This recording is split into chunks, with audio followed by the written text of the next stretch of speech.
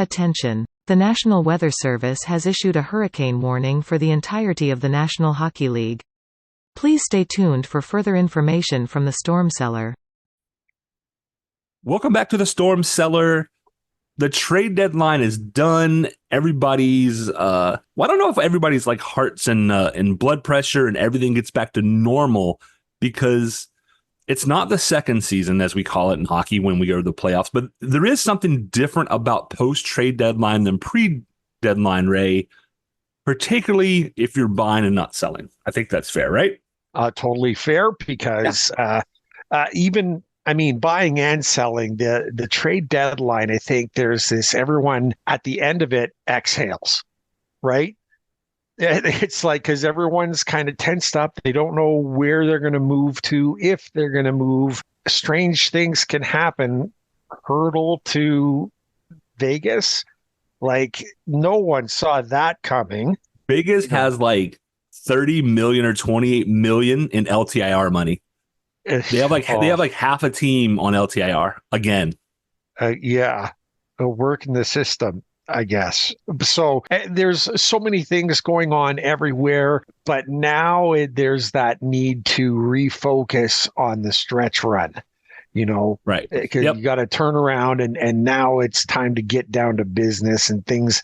It's like things get serious, which they should have been serious all along, but it's the rush to the playoffs, and there are a lot of spots that are up for grabs, east and west, and we're going to talk about all of it.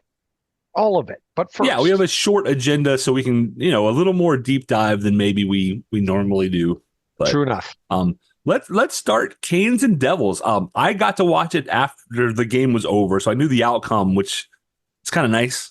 Especially when it's like 1-1 for a long time, and you're like, oh, okay, I know how this ends. This is going to be good, right? Yeah. So you saw him before I did. Give me your first impressions of Kuznetsov and how the team looked. I'll tell you what, Kuznetsov, from the moment his first shift started with him at center, and it was a draw that he won ridiculously clean for an immediate snapshot that almost turned into a goal. And I was like, bam, that's amazing. And then the shift later, it was his whole line. He was part of a Harlem Globetrotters session where he was passing and dipping in and out with the lineup that he had just started playing with, making beautiful passes and moving the puck and moving himself everywhere. And the Devils just couldn't touch the puck. It was complete and total puck control dominance in that one shift. And I was like, wow, this is going to be great. Imagine, and then I saw him on the power play, and in that first period, he went on the power play, and he had the position that Aho normally took. And I was like, this is, that kind of caught me by surprise, because, Fishy is great at the top, working with Burnsy, and they're trying to, make things move and stuff. Kuznetsov dropped into that spot like he had been doing it all season long with this team. You know what I mean? Like, he did not look out of place one iota. I really wanted him to pick up, a goal. Even an apple would have been nice. He didn't. He was +1, but he was a great +1. He looked really, really good. And then I started, watching the game. It was tight. I was imagining what it would be like if he's out there, say, with Gensel, or, you know what I mean? Like, because the passing and Gensel, who is a finisher, I was thinking this is going to be great. this is going to be Right. outstanding. And he didn't look bad defensively either.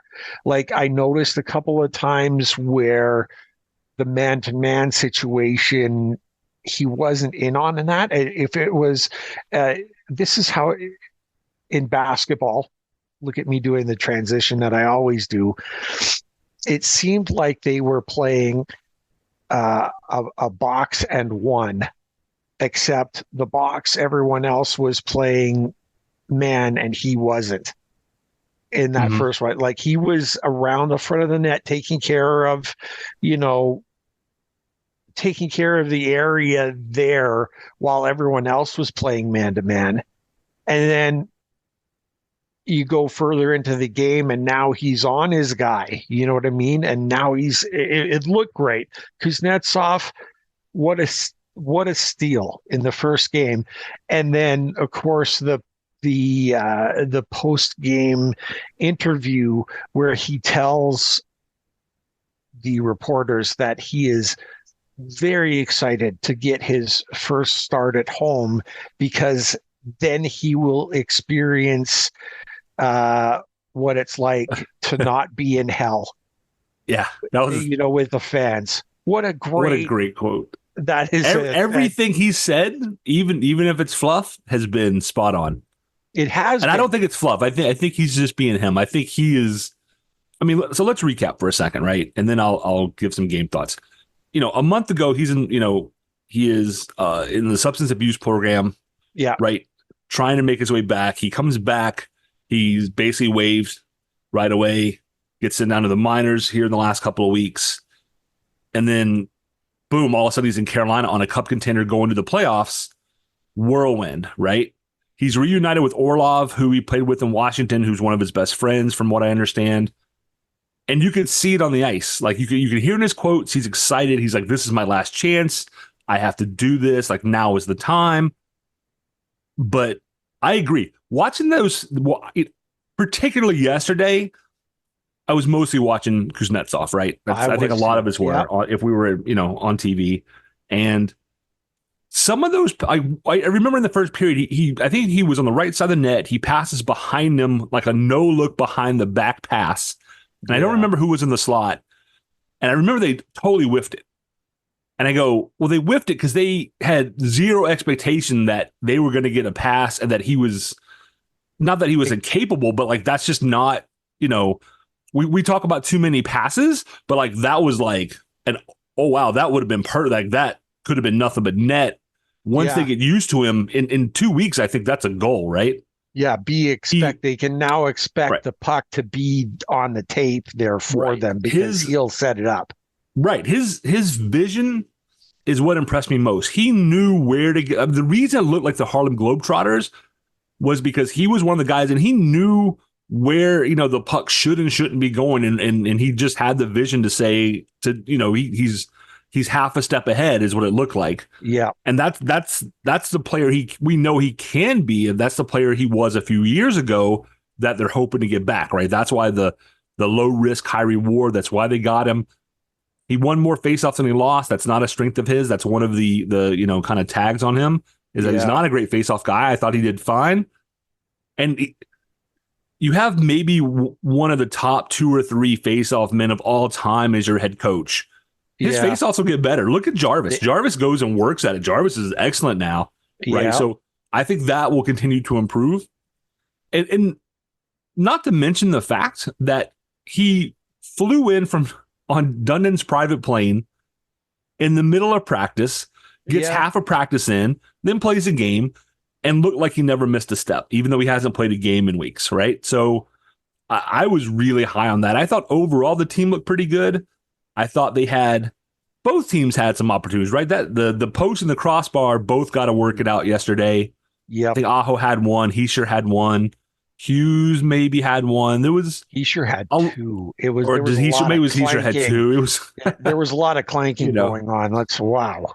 Right. So, but overall, I thought a solid outing. That the Tavo goal right there at the end, like the face off to Tavo to end, Nice. 6 game, a very sneaky, I think 6 game, 7 game, something like that point streak for Tavo. He's scored. He's getting our stick of the game. I haven't made the graphic yet, but we gave Tavo the stick. Yeah. And KK, I would prefer KK to score more goals. They don't ask how, they ask how many. Yeah. But on that one, it's kind of nice to ask how, because you're like, I mean, he needled it through maybe a 3 or 4 inch gap. I mean, the puck's 3 inches wide. It's 1 inch, 1 inch on end. The gap couldn't have been 6 inches. Through, it hits the post, back off of, was a Dawes, I think, a net, and then and into the net. And what a snipe, by the boy. I'll tell you what, it was, that's the reason why we always say shoot the puck, because seconds before that, literally a 3-on-1 where the too many passes, they did it again, didn't even get a shot. The puck, I'm yelling at the TV. Mm-hmm. Shoot the As puck, you should. guys. Shoot the puck. Because you're on a 3-on-1. There's something going on. A lot of the Canes, they're looking for that super pretty one where it really only needs to be maybe one pass, not 2 or 3. They don't even get a shot. Puck swings to the corner. KK's there, and all of a sudden it's in the net. You didn't even see the shot, really. No. You know what I mean? You heard it and then realized it was in. Yeah. And it was crazy. And it was like, that is the exact reason why we say shoot all the time, because you never know how the puck's going to go in, Right. And he just threw it to the front of the net. And KK didn't even really celebrate all that hard. In his head, he knows, man, that was lucky. Yeah. I just got lucky. Right. And a fluke goal is a fluke goal, and he'll take it. Right. But he wasn't super excited. Make no mistake.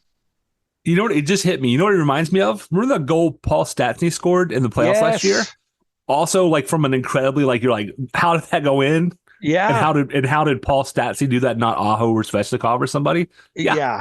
I think if you flipped it, it was on the other side. It was on the the right side of the goal, not the left. But and to your point about the passing, Kuznetsov said yesterday, I have to understand there's a right moment in a game so I don't make too many passes.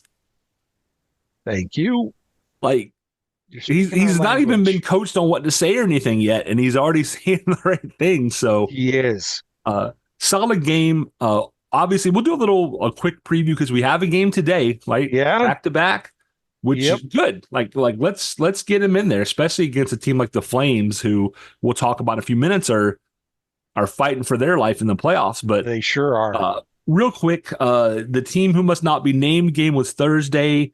4-day breaks typically. I don't like long layoffs for the Canes. No, I feel like they don't either.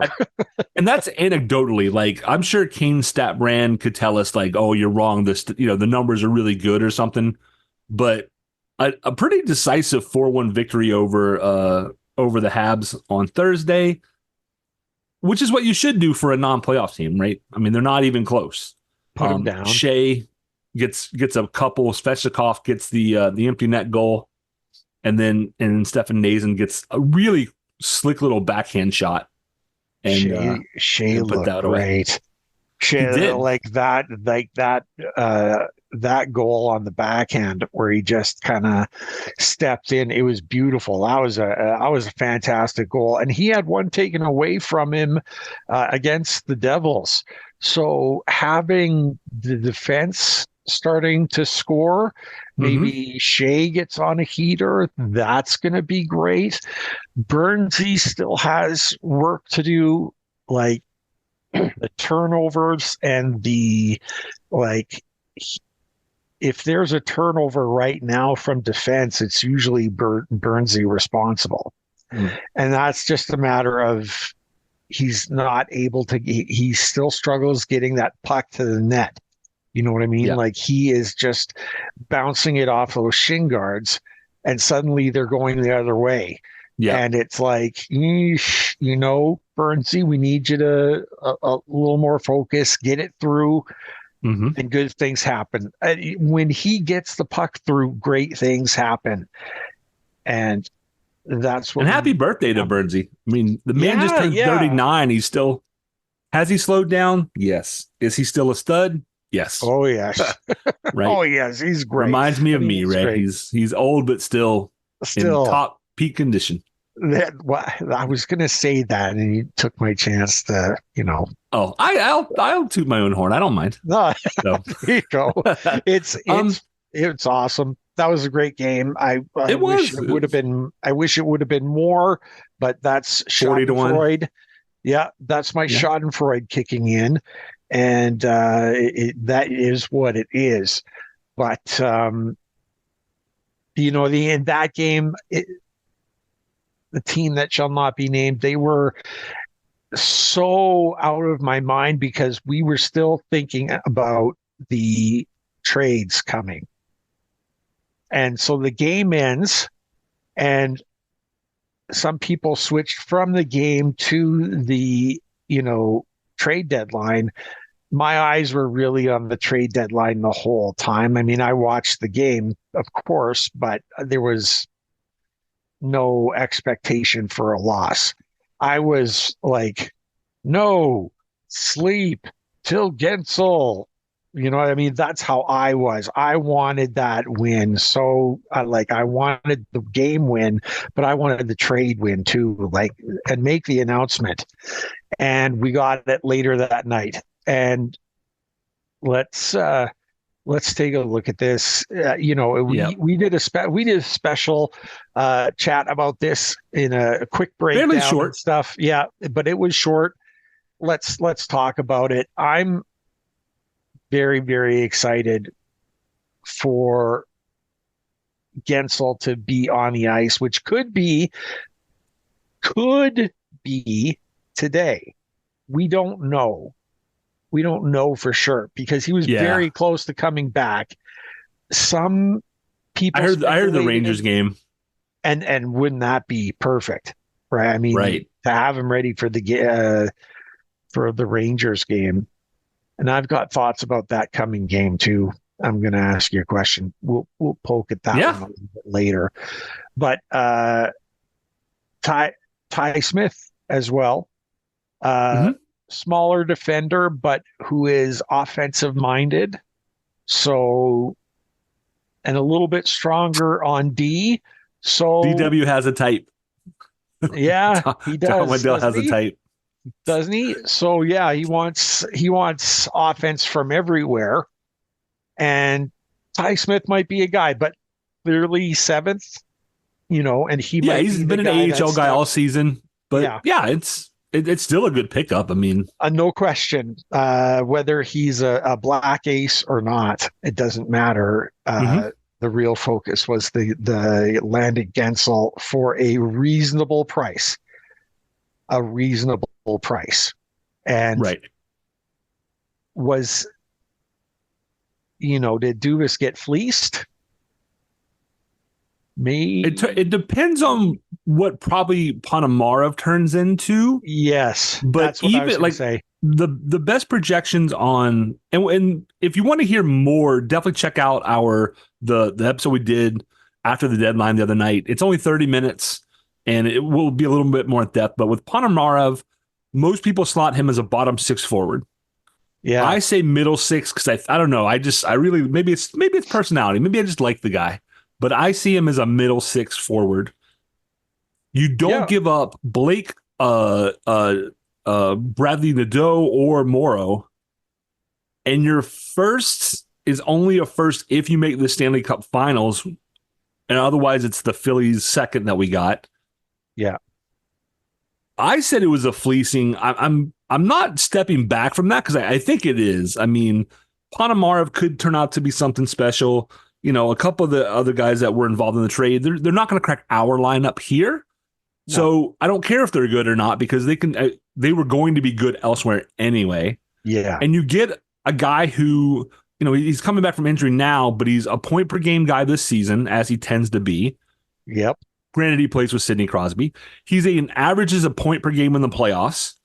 And you're going to stick him with, I hope, Sebastian Aho and then maybe Teravainen, which, and if you think about it, Aho and Sidney Crosby, similar styles. Playmakers, they can score, very solid defensively. Yep. Which allows Gensel to go do his thing, right? It's the reason you need somebody like Svechnikov who can get back when you have Marty Necas on the ice.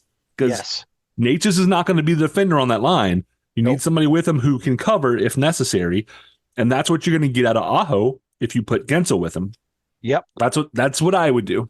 And maybe not start there, right? And we should have said that the other night is when we're talking about potential lines, I'm not saying start him on the top line, although I might. But that's where I think he ends up, right? It's like with Kuznetsov, right? You put him on the fourth line because he needs to get in the system and learn the guys. And everything we've heard about Gensel coming has been fantastic because I'm sure it's really hard for him to leave Pittsburgh, and Crosby's been there a long time. But, even stories like he was on the bus and his main concern was like not taking somebody else's normal seat on the bus, which sounds kind of high schoolish, right? Like, oh, like that's my seat. But these guys are pros and they travel a bunch, and it's just easier like when there's a routine to things. And he didn't want to upset the routine.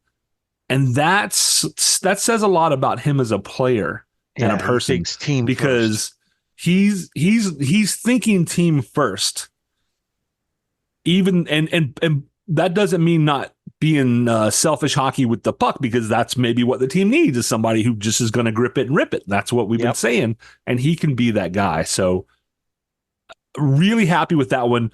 The Kuznetsov, we give up a third. Washington's eating half his salary. He's a reclamation project. High reward, very low risk with him. If he turns out to be the guy we saw yesterday, a second fleecing for Don Lundell. If he turns out to be the guy that he was in Washington this year, where he's ho-hum and borderline, okay. I mean, that's, the biggest thing is then, what do you do about him? Because you do have him for next year. Does he have a resurgence then? But it's still low.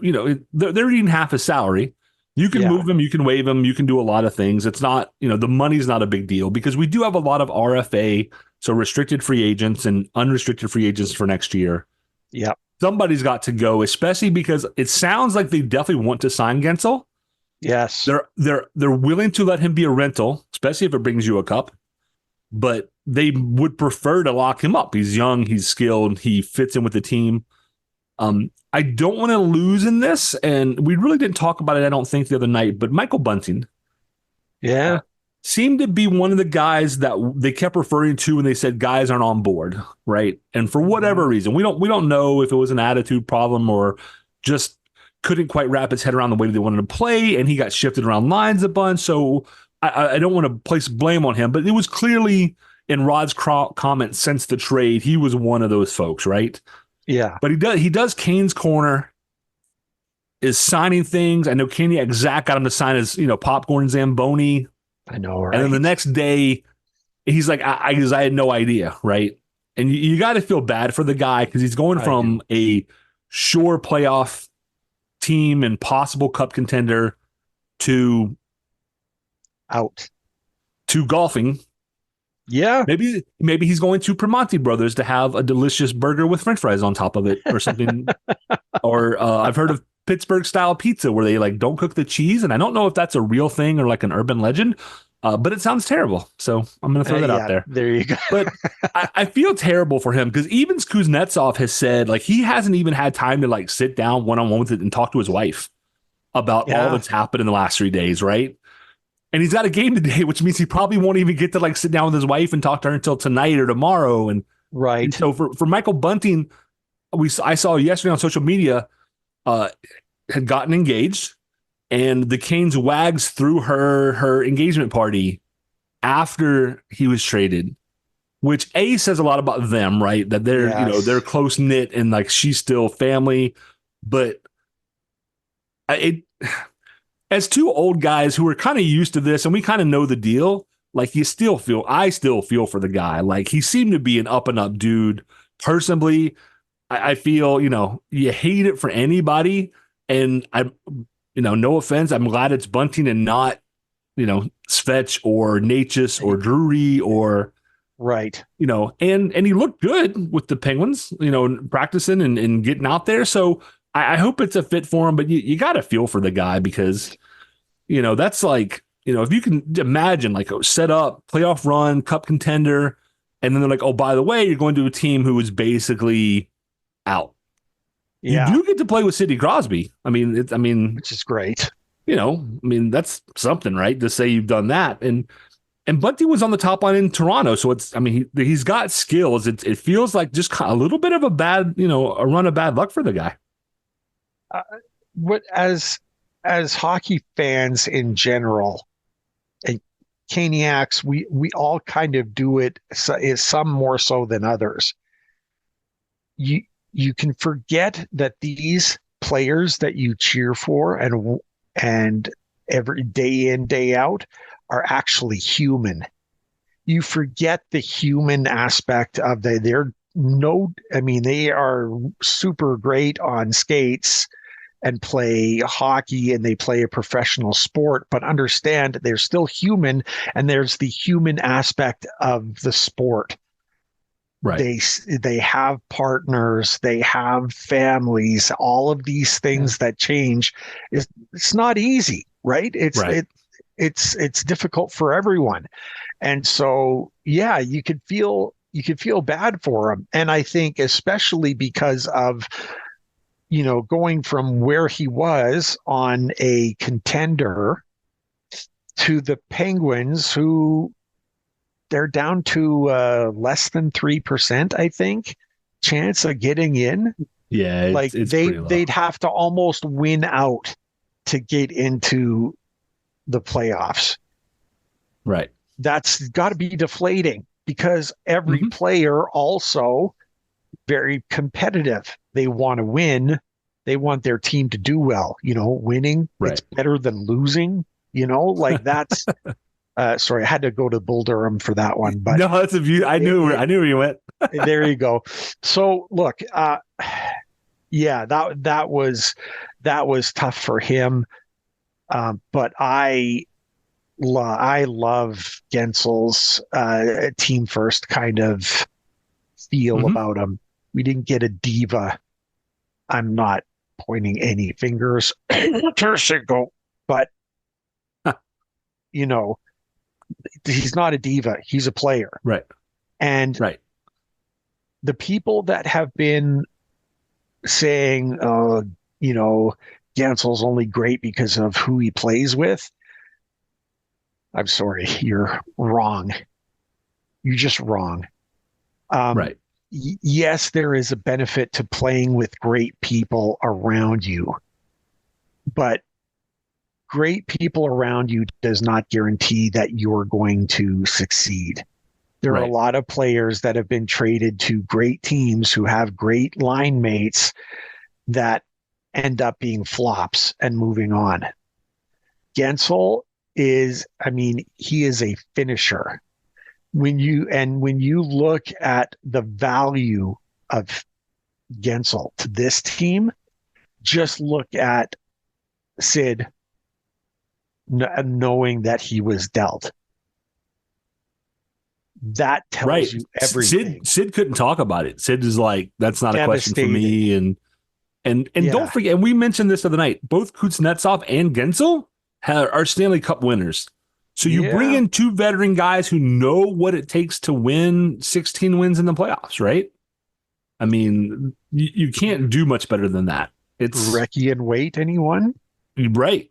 And Pittsburgh has an 8% chance of making the playoffs, and in New Jersey 8.3, but I would not put money on that.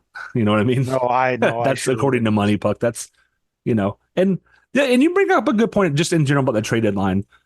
I think, was it Allmark from Boston who said, no, I'm not going to undisclosed team far away from here? I think it was Allmark.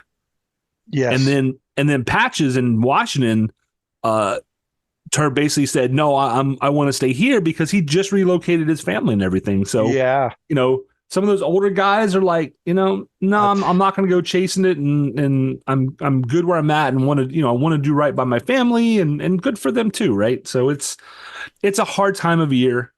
for everyone. It's exciting for fans and frustrating for fans, depending on what does and doesn't happen.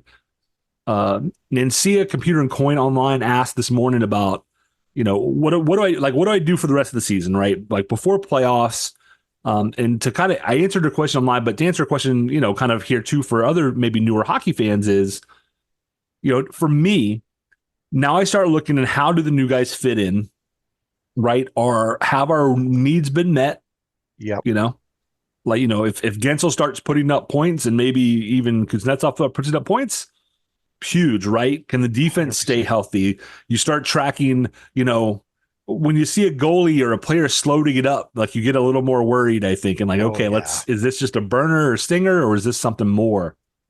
And then for me, and this kind of ties into what we're going to talk about next, is I start paying more attention to other teams, specifically potential first round opponents. Right. So right now the Hurricanes are second in the Metro. We're 4 points behind the Rangers with the same number of games played. So it's just a race, right? Whoever wins more, Hurricanes need 2 more wins than the Rangers, but so be it. Mm-hmm. Which means for the playoffs, most likely, and I don't know statistically what it is, but way over 50%, I imagine, Hurricanes are likely to match up against the Philadelphia Flyers for the first time in history in the playoffs. So, I start watching the Flyers a lot closer, who they're on a 1-game skid, but they're 4-5-1 in their last 10. Yeah, they've struggled, which is great. Like if they peaked early, that would be fantastic for us, right? The other teams that we would likely so we're not going to fall below the Flyers. I can't see anything that puts us third in the Metro. No. So all we can do is move up. We can't win the Eastern Conference, which would make us play Wildcard 2. Yeah. The best we could do is win the Metro, which means we would play the Wildcard 1 team. And there's basically 3 teams vying for that now. Well, 4. The Flyers is 1. Okay. So we've already talked. So I'm watching the Flyers. Tampa Bay is currently in that spot. They are 4-5-1 in their last 10. They're not playing great. The Detroit Red Wings are in Wildcard 2. They're 5-5 with 5 losses in a row. They're not playing great. They're free falling. And the one team that might be sneaky, and I've said before, I actually like this team, and I hope they get in the playoffs. I hope they knock out Tampa or Detroit. The New York Islanders are on a 5-game heater. They're 6-2-2, which is a hair better than the 7-2-1 Washington Capitals over the last 10. But the Islanders and the Capitals, both, it's low. It's like a 20% chance or something. Let me actually look it up here. So chance to make 20% chance for Washington, but a 42% chance for New York, the Islanders, to make the playoffs. And that's a legit chance, right? Oh, it totally is. The Caps are only a point back, but I think those stats in part are based upon things like goal differential and who's hurt, and they just, how does the team look in general? So I'm watching the Flyers. I like watching the Islanders anyway, if I'm being honest. Lightning and Wings, maybe some Capitals, depending on how they play these next 3 or 4 games. Yeah. And so my focus starts going toward, season 1B and what's the playoff picture going to look like. So hopefully that answers her question. Tell me about the Eastern Conference from your perspective, and then how do you approach hockey post trade deadline, but before the playoffs? Well, for me, and I'll start there. I'm now laser focused on how the new players fit in. Are they going to be able to do the adjustment to Rod's style and the system that we're in? They certainly love the culture. It's a winning culture. The guys, everyone likes being in that locker room. You know what I mean? As opposed to the away locker room, which is said to be the worst in the league, which is fine by me, because who cares, right? But moving on. Strategize. Yeah, exactly.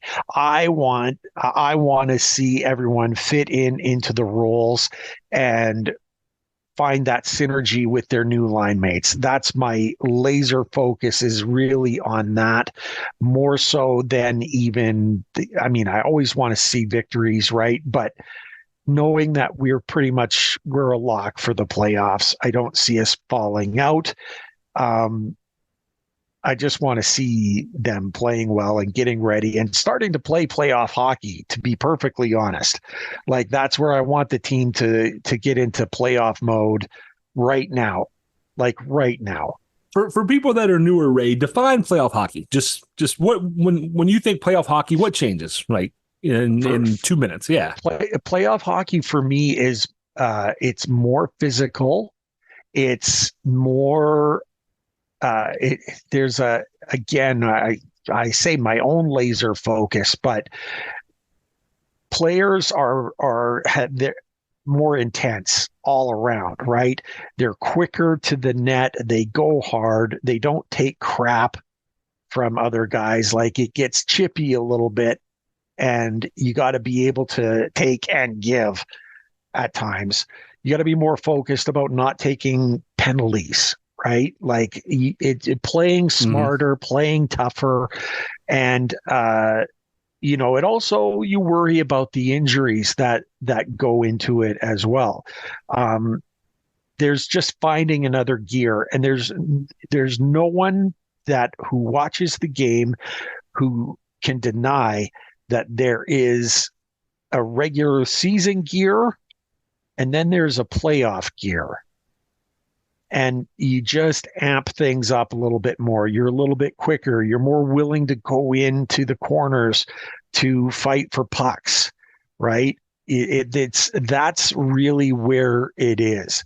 Less drop passes to no one, please. Like, that's really what I look for in playoff hockey. More physical, quicker, smarter, and more aggressive. Right. Less feeling things out and more emphasis on fine tuning. And expect things to start to get chippier between teams, especially teams that are playoff bound, although not exclusively, because players, particularly, even if the teams don't necessarily, players in the NHL like to play spoiler. Oh, so no question. Don't expect the Buffaloes and the Anaheims and the Coyotes of the world to just give up. Like, they're going to come at you, and sometimes harder than you would want. You would think, okay, they're out. They're not going to try hard. They're going to collect a paycheck. But most of them don't. I mean, these are all type A personalities. Like, they want to go out there, and if they can ruin your night, they're more than happy to do it. Like, that's what they're playing for, right? They are still playing. So no easy nights, no nights off, no matter how far down in the standings they are. No nights off. And that's the other thing that I'm looking for, is I'm looking for the team to be playing Carolina Hurricane hockey. We know when we say that exactly what we mean, and we want it every night. And we want them showing up for all 60 minutes too. No time off, foot on the gas all the time. Yep. And it's a lot to ask. It sounds like it's too much to ask at times. Because, again, the human element, some guys are going to have off nights, but I don't want to see it. Right. They can have the bunch of off nights after we win the cup, frankly. Yeah. And that's grumpy. It's Statler to your Waldorf. Take half a season if you need to. After, if you lift the cup, then take off October. I honestly won't give you any criticism, right? Not at all. Not at all. So what do you think about the race in the East? I mean, The Atlantic, I think, is pretty well set. Panthers, Bruins, Leafs in the top three, 92, 91, and 82 points, respectively. I think Rangers and Hurricanes are set. So it's just right the bottom of the Metro, the Flyers, and then, but their closest talent competition is the Islanders, right? Yeah. Who have 3 games in hand and are 4 points behind. You know what? The Islanders are looking stronger. One thing that I noticed, OV has awakened. Right. He's starting to get goals. And even if they're ridiculously easy, like one of the ones he got at the side of the net when there was, no one in net and the puck was on his stick and he scores, even on those, he's awake. So watch out where the Caps are. Like I said, they're 7-2-1 in their last 10. They look good. They're going to be tough, and they're fighting to get in. I think the whole wild card situation. There's really 4 teams. It is the Lightning, it is Detroit, the Islanders, and Washington. But I think the Islanders and Washington are looking at the 3rd spot, saying that's the one that we want. Yeah. Even if it means that they're playing the Hurricanes, that's their key to getting in, because Tampa and the Wings, strong teams, but they're in the Atlantic. How is the best way to get in? I think getting, that 3rd spot, that 3rd position is going to be key. I think the Flyers, they've really struggled. Last night they got pummeled by Tampa, 7-0. Tortorella gets kicked out of the game in the first period. Like 10 minutes in. It was like 10 minutes in. So it was. And refused to leave the bench. I'm not leaving. Yeah. I'm not a Torts fan, but he does make me laugh sometimes. Yeah. And I got to tell you, when you can read his lips and he's like, I'm not going. I was just like, what does the league do? You can find him, but will it be meaningful? I assume it'll be $25,000 or something max. Like, they may do nothing because they go, it's just Torts being Torts. But what did they say? If a coach refuses to leave the bench, what do you do? I guess in game, could you start assessing bench minors? I think you could. Honestly, couldn't you? If he's not moving, you can sit there and wait all they want. But if you wait too long, then you say, okay, we'll send another guy into.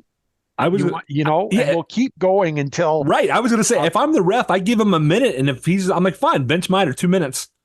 I'm going to give you 30 seconds until the next one. And we'll just keep going until you're out of players. Yeah. I don't know what else you can do. Because anything you do after the fact is going to be pointless, right?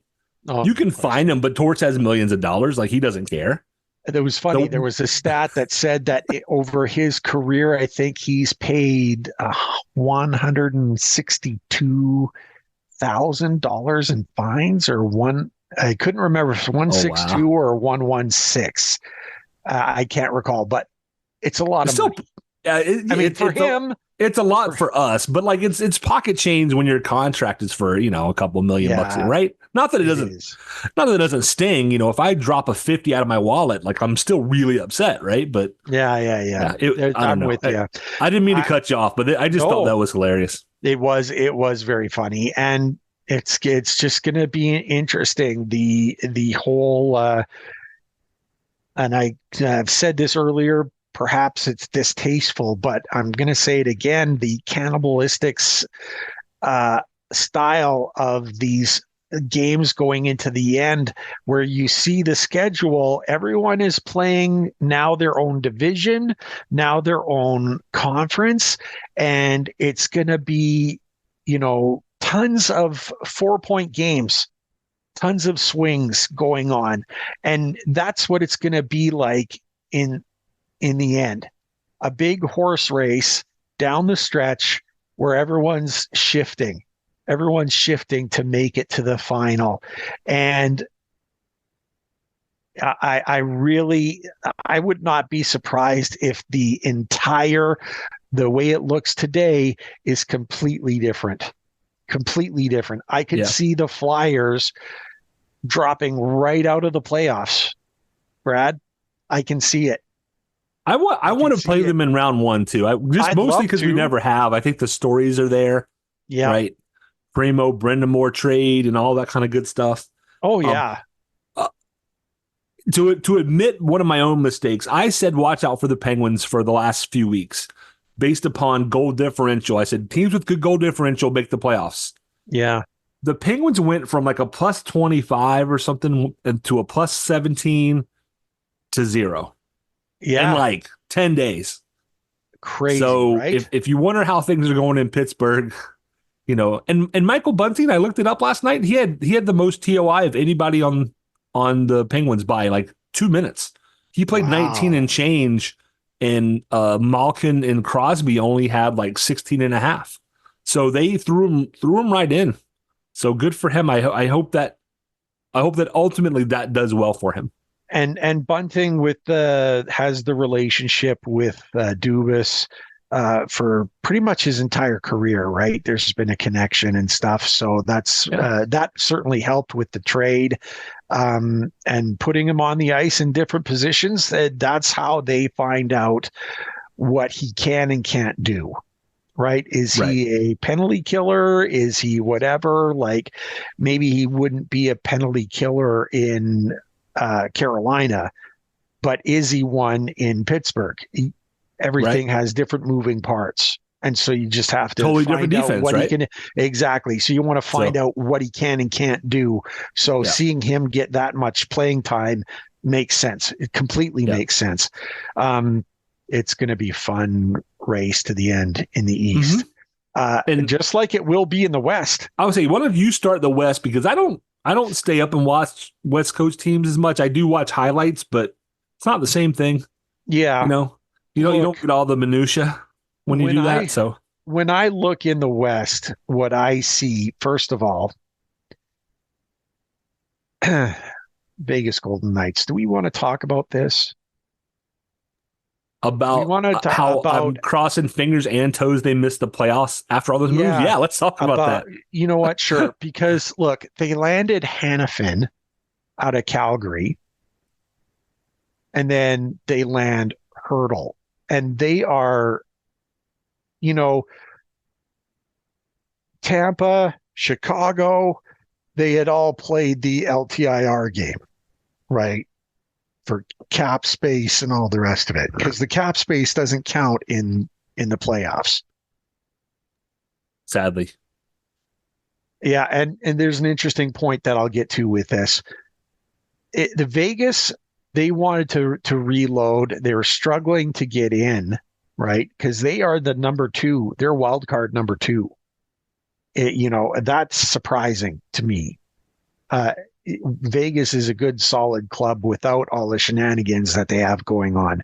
But then they build up to arguably, I used to say Carolina was the best defensive core. They can't say that anymore. Look at Vegas. Look at Vegas's lineup, and they add Hanifin, and Hanifin is not even necessarily going to be the top pairing, maybe not even the top 2. Like he could be, it's crazy, right? Super talented, very, very skilled, all of that money spent. And they're working the system, but we have to say we can't be upset about it. We cannot be upset about it. Their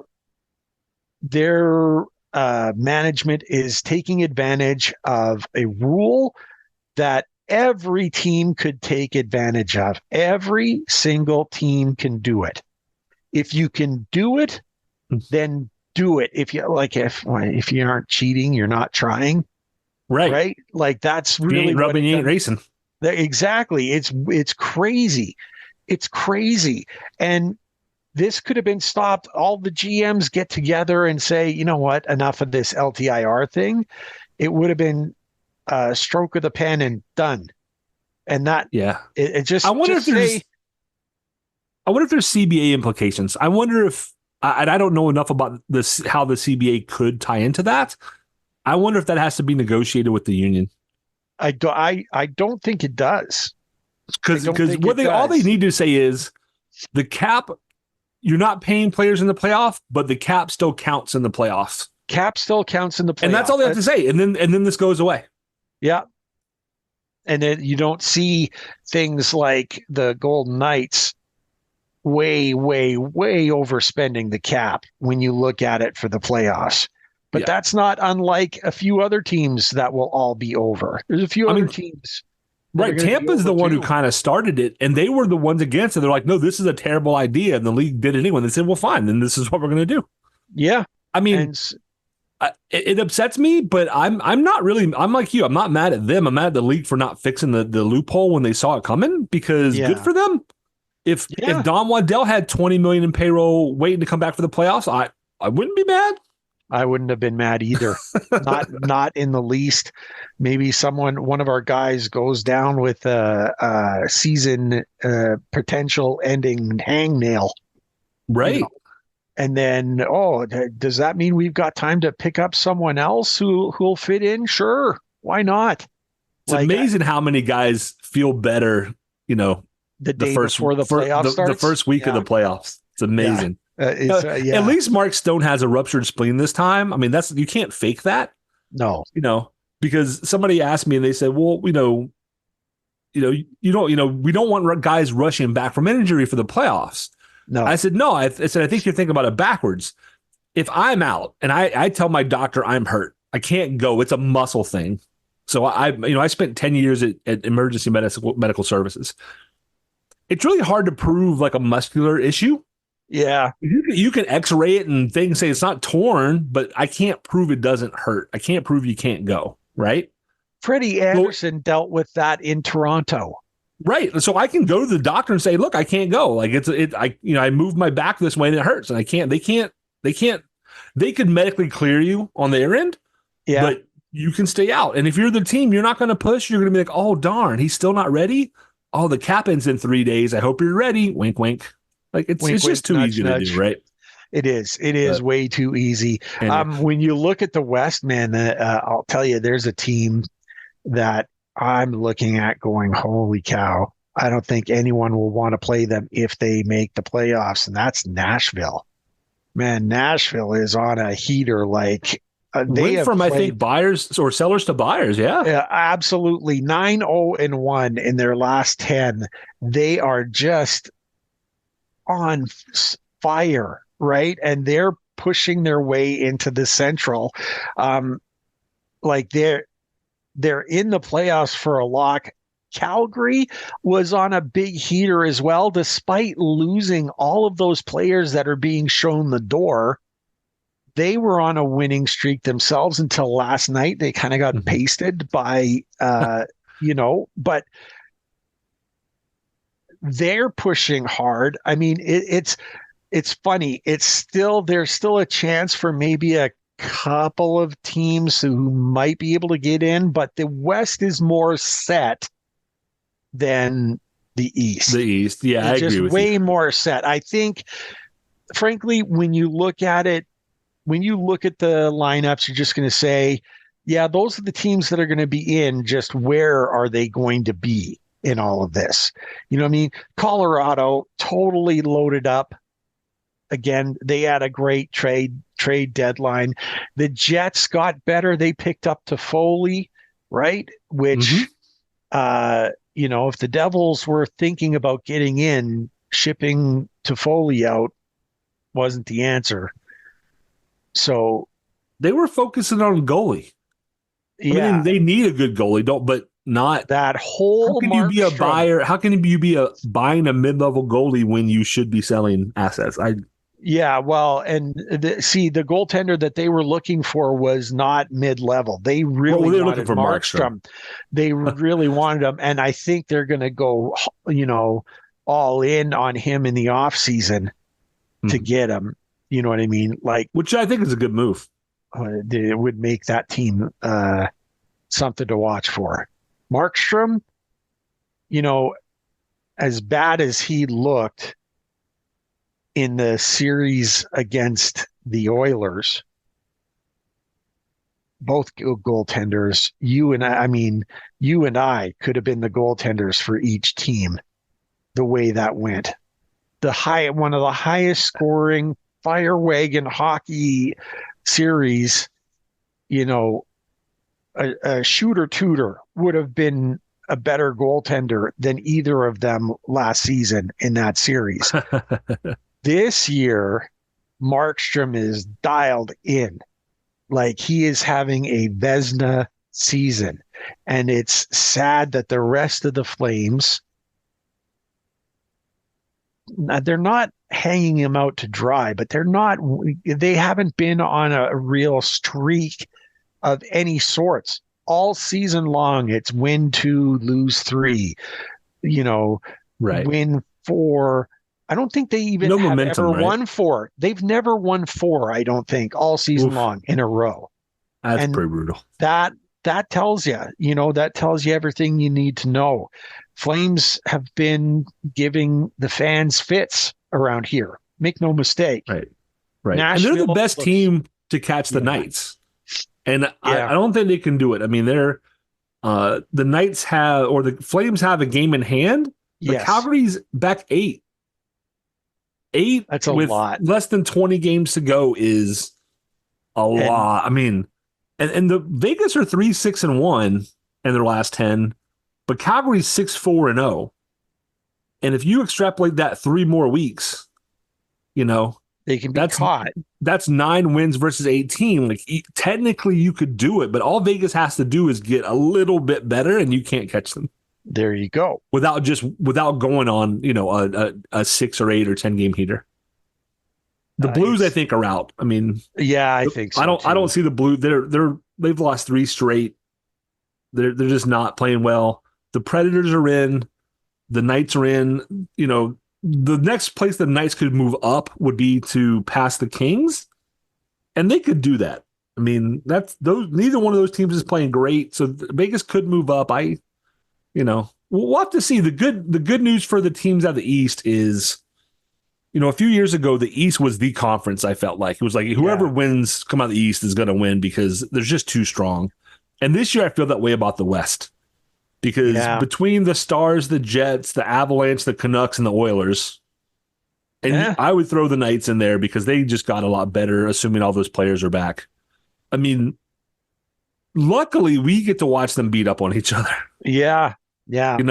The Stanley Cup, we said it last year, it's really a tournament, a war of attrition. Generally, whoever's healthiest at the end has the best chance. And the West is definitely shaping up. The East kind of is too this year. I mean, Panthers and Bruins at the top, Rangers and Hurricanes in the Metro. I don't mean to discount the Leafs, but it's the Leafs. And then there's the also rans, right? Flyers, Islanders, Capitals, whoever it's going to be. So, Tampa, Wings, whomever. But here's something to look at, and I took a sneak peek at this earlier. The strength of schedule in the games remaining, right? Mm-hmm. Washington, who we said, they've got a chance. They're playing better. OV's awake. They have the second most difficult schedule down the home stretch, right? Oof. New Jersey and Pittsburgh all have really difficult schedules. They are 6 and 7 worst. They're 7 most difficult, I guess. Mm-hmm. Then when you look at the easiest schedules, for instance, if you're looking at who's got the easiest schedule, of course, we talk about the Canes all the time. We're 25. So as the analytics say, we have one of the easier schedules, like the seventh easiest. That's great. that must be after this week because we got some opponents coming up this week. Yeah, 100%. Detroit got an easy schedule, like the 4th easiest, right? So look, there's chances for movement. They say Calgary's got an easy schedule. New York, the Rangers, going to be tough to catch. They've got an easy schedule, not as easy as ours, but still easier. So they're going to be tough to catch. That means winning the games against the Rangers. Take advantage of the 4-point games, and we'll talk about that here in a tiny little bit. New York and Toronto, they're kind of right in the middle. Vancouver's in the middle, Boston in the middle. So really not much to make of there, but it's going to be great to see how things shake out in the end and who can do the most with what they have. Absolutely. And I just see, I see a little bit of shuffling in the West, but the teams that are in are the ones that are in. today. Yeah, I agree. I don't. For Calgary, I just don't. Right. If you're going to get in, you're going to have to beat us today. I mean, you're just going to have to win the games that you're not. And I just don't see it. No. I see the vibe in the PNC is going to be through the roof. Even if Gensel is not on the ice, when Kuznetsov steps out on the ice, holy cow. The fans are going to show him how much he's appreciated. I bet they have Kuznetsov jerseys in the eye today. I wouldn't doubt it. Not for a second. And I'm going to top that and say, I bet if they do that, they sell out. Yeah. Yeah. The Gensels too. Yeah. I wonder if there'll be as many Penguins jerseys when we play Pittsburgh. I wonder how many. I said this when we traded them and stuff. It's like, you know what? Maybe we can get rid of some of the also ran Caniacs. The good news for Pittsburgh instead of us. Yeah. The good news is we won't find out till next year because we play Pittsburgh on the 26th. It's away. Oh, and so no more home games against Pittsburgh, so we won't find out. But you know what? Mark that one down because Gensel going back to Pittsburgh. Can you imagine the reception he's going to get? Oh, yeah. That'll be a great revenge game. Definitely watch that one. There'll be a wonderful tribute, I am sure. Over the top tribute. And I say a standing ovation for 3 minutes. Minimum. Oh, nice. Like we'll have to put a poll up. Yeah, it'll be a big. It'll be a big thing. So today, in 5.5 hours, I think. Yeah. The Calgary Flames are in town. And then, Monday off, Tuesday, the Rangers come to town. First big test this week for our easy schedule, right? Right. Day off, Florida comes to town for our easy schedule. Day off, and then a back-to-back Saturday in Toronto, Sunday in Ottawa. So here's something that I had marked the Ranger game on my calendar. You heard about that kid Kempe? Yeah, the one that's on the ice and chucking knuckles ad nauseum. The one who's gonna have CTE at like 25 years old. Yeah. Yeah. I'm wondering what the game is going to be like concerning Aho. I'm wondering if Lemieux is not in the lineup that game to make sure that no one tries anything stupid with Aho. Yeah. Look, they've got Trouba already, who's a fiend. And who's out? I think he got injured. Oh, yesterday. Is he out? I think so. Oh, well, that not wishing ill on anyone, but yep, lower body injury, out 2 to 3 weeks. Okay, good. Yeah, sorry. I'm not glad he's hurt, but I'm happy he's not playing. Yeah, there you go. That's probably the way to look at it. So maybe it won't be as bad as you think. But we've played there since the big incident, right? Ranger fans thought Trouba was just going to come out with the people's elbow and just smash, and nothing happened. I'm not any more concerned than I normally am for their dirty antics. Well, I think and my thing was Kempe. He's a kid trying to make a name for himself, and if he's throwing the body with big hits and all the rest of it all the time, I wonder. Just wonder. I definitely would think about putting Lemieux in, like you said. Yeah. You know what I mean? If he wants to throw mitts and stuff, Lemieux will oblige him. Yeah. You know what I mean? I would do that. The Florida game, Florida got better at the trade deadline as well.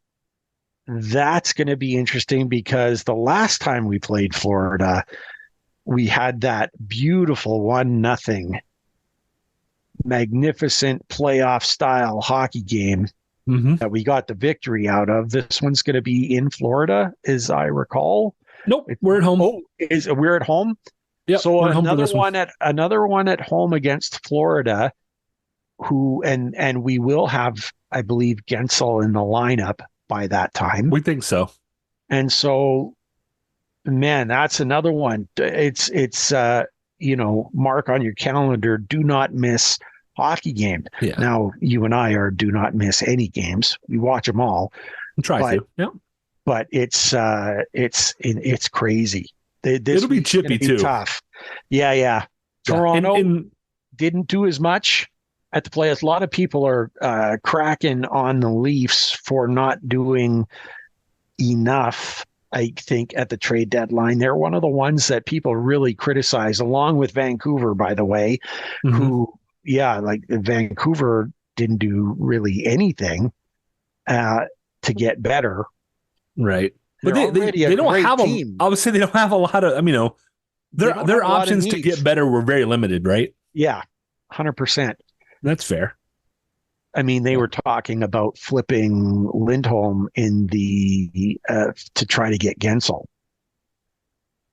That was their involvement in it, was maybe flipping Lindholm, which they pried out of Calgary, right? Not even a month earlier.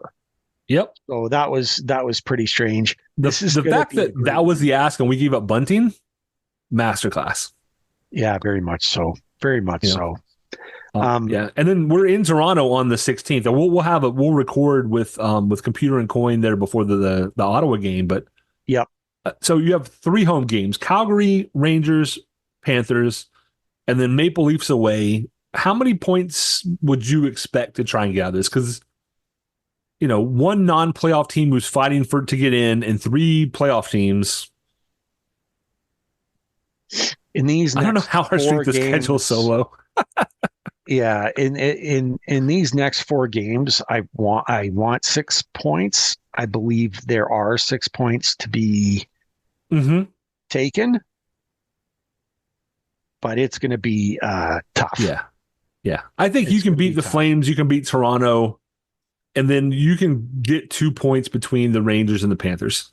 Yeah, I think those will be hard fought points, but no question. And we kind of have mentioned before, I believe, but do you want to be, so kind of a two-handed question, or two-sided, excuse me.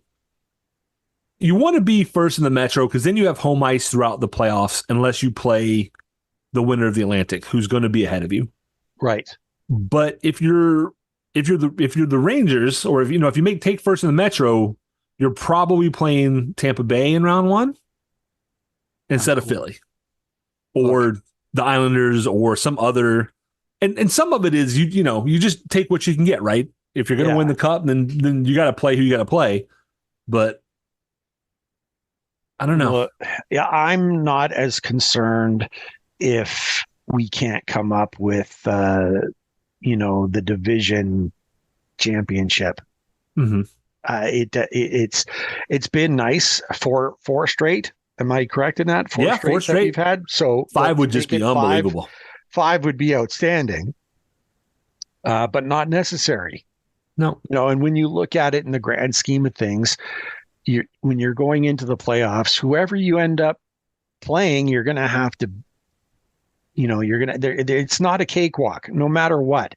Team that can survive 82 games and be eligible to play for the Stanley Cup. Mm-hmm. I'm sorry. They're all worthy. They're all worthy teams, right? And you even actually should be more scared of the teams that just slide in at the last moment, right? Because they are now energized. Right. They did the impossible that no one thought they were going to be in. Now they're in, and they're playing with house money. So there's no easy out. There's no easy out in the playoffs. I like playing teams that you already have a hate for, right? Yeah. That would be the big thing about helpful. playing. Like Tampa embarrassed you in Tampa this year. Oof. Like that's one of those they've had our number before. We need to stick it to them, right? The Islanders, there's a healthy rivalry there. So that would be cool, but also like you said earlier, playing the Flyers, there's no history there. That's kind of exciting. And to me, the Flyers Tortorella has them playing Rod's style. He's got them playing Carolina Hurricane hockey, right, with a Flyer twist. And those are going to be exciting games, not guaranteed wins. I mean, if we were predict it now, I'd say, Canes in 5 or 6. If I were to say that like right now, based on, but man, it's going to be tough. I would like to see that. I would like to see the Flyers. Vasilevsky scares the crap out of me. I'm not going to lie. Yeah, right. We get into that position and we end up playing Tampa. Like Vasilevsky can be that guy. We always hit the hot. Bobrovsky was meh, and then he plays us, and he's just like phenomenal. And then he plays Vegas, and he's terrible. Like it's just amazing. Yeah, just how they turn it on and off, right? Before we wrap up, congrats to Marty Necas and Teuvo Teravainen. Both hit their 20-goal mark for the season yesterday. So great, and I've cracked on Necas a lot this season. And again, I'll say again, since he's done it a couple of times, the whole drop pass to no one and the, too much fancy skating and stuff since the All-Star I know those game, are your favorite. Right? He just, it makes me nuts, but he is playing better. He is checking harder. He is getting, he's being more responsible defensively. And that's what speaks to me. Those are the kind of players I like. I mean, there's some that just like the flashy, goal scorers and stuff like that. And I'm down with that too, right? I love seeing him score goals. But I love even more when he does them on a rush, right? Just displaying his speed, so long as he's doing it simply. Yeah, you know what I mean? Like he can blow by most of the players. Right. I don't mind the spinoramas until they end with him like a drop pass to the other team. Like you put all the effort in to get by the defenders. Shoot. Just do it. Just do it. Do it, man. Seth Jarvis is sitting on 19 goals, so he should make our 4th 20-goal scorer this year. So good. Not to jinx him, knocking on wood. Yeah, he struggled a little bit lately, but yeah, he's right on the edge. Yeah. And Andrei Svechnikov I think he has 3 goals in the last week or so. 4, because he had an empty net goal last night. Yeah, the empty netter. Yeah. He's got 15 on the year. He still has a chance. So potentially 5 20-goal scores for the Canes this year. Don't ask me why. That feels like that would really be a nice number. I would like to see that. It sure would be. It sure would be good. And I think you can put Svechnikov in as a lock to get to 20 because there's 19 games left, including tonight. Are you saying that he's not going to score 5 times in 19 games? If he doesn't, he has be stretches, disappointed. Man. He has stretches, but he's just there's too much talent. There's too much talent there, and depending on where he ends up in the lineup and who he's playing with. I mean, could you imagine? And adding Gensel makes the top 6 guys, all 5 of the other top 6 guys better. So that's exactly. Aho's still cooking at 1.08 points per game. Svech is next closest, other than Pano, who had one. A solid one. Svechnikov is at 0.95 points per game. He's been an assist player. He's been out. He's only played 40 games. I'm sorry, he only played 42 games with 40 points. But I would expect that. Yeah, I would expect he. I don't care if he gets 5 empty net goals. I would like to see the guy hit 20 goals just cause. I sure would. And your statement about Gensel making the top 6 better is brilliant for the reason that with Gensel in the lineup, now the opposition has to change how they do their defensive pairings. And sometimes that top pairing, the shutdown guys, is just enough to keep Svech off the board. But the second pairing might be a little different, and with different defensive pairings. I mean, what do we say about when Edmonton comes to town? It's nice to be McDavid unless you have to play Slavin and have Slavin in your back pocket, all night. Right? Like he's just that's how good Slavin is. Where teams do everything they can to keep their scorers away from him.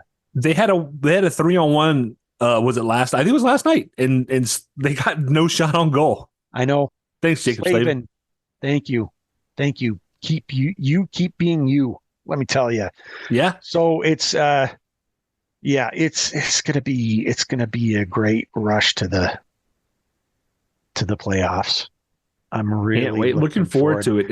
And I want to feel and Caniacs, those of you who are going to the game this evening, I want to feel the chills. All right.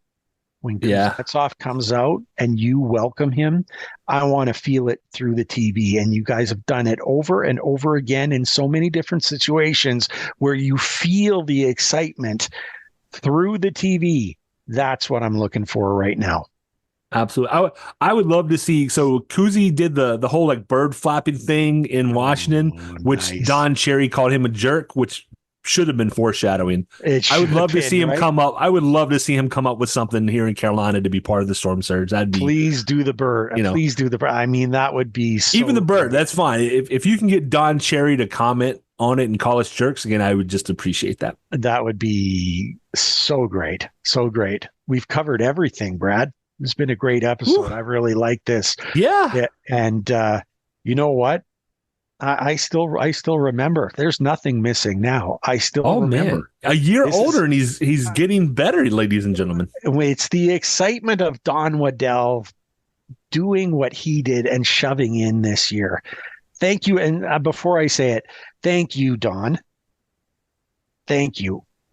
I know he has such a tough job, and fans want so many different things. You're not going to please everyone, but for him to have the belief to go ahead and risk, right? Go ahead and take that risk. Mm-hmm. That means something. I wanted that last year. I attribute the fact that we didn't make it to the Stanley Cup final because we didn't do enough. Ghost Spare. He was great addition, but not enough. Right. This is a significant trade deadline. Thank you, Don. I really appreciate you doing that. Thanks for being in on the joke. And in case you missed it, Don Waddell starts his press conferences. We love our group, but we love it more today. Yeah, that was thank you, Don. Thank you. Having your finger on the pulse of the fan base is important. Hey, let's not forget Tulski in this, and also you're right, and also Tom Dundon for opening the checkbook. Right? Yeah, it's not a lot of extra money, and he's willing to spend. People call him cheap, but the dude puts money on the ice. There it is. You can't fault him for that. So, not much else to be said other than go Canes.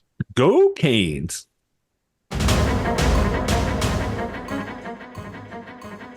Thank you everyone for tuning in. Ray and I greatly appreciate your support in helping us produce an informative and fun podcast. As always, we'd like to say that we believe hockey is for everyone. Whether you're a Caniac or a bunch of jerks, doesn't matter, as we're just a couple of jerks anyway. We would love to hear your questions, comments, and suggestions. We will do our best to answer anything hockey related. You can reach us via email at stormcellar97@gmail.com. On Twitter, we are at stormcellar97, and on Facebook at facebook.com/stormcellar97.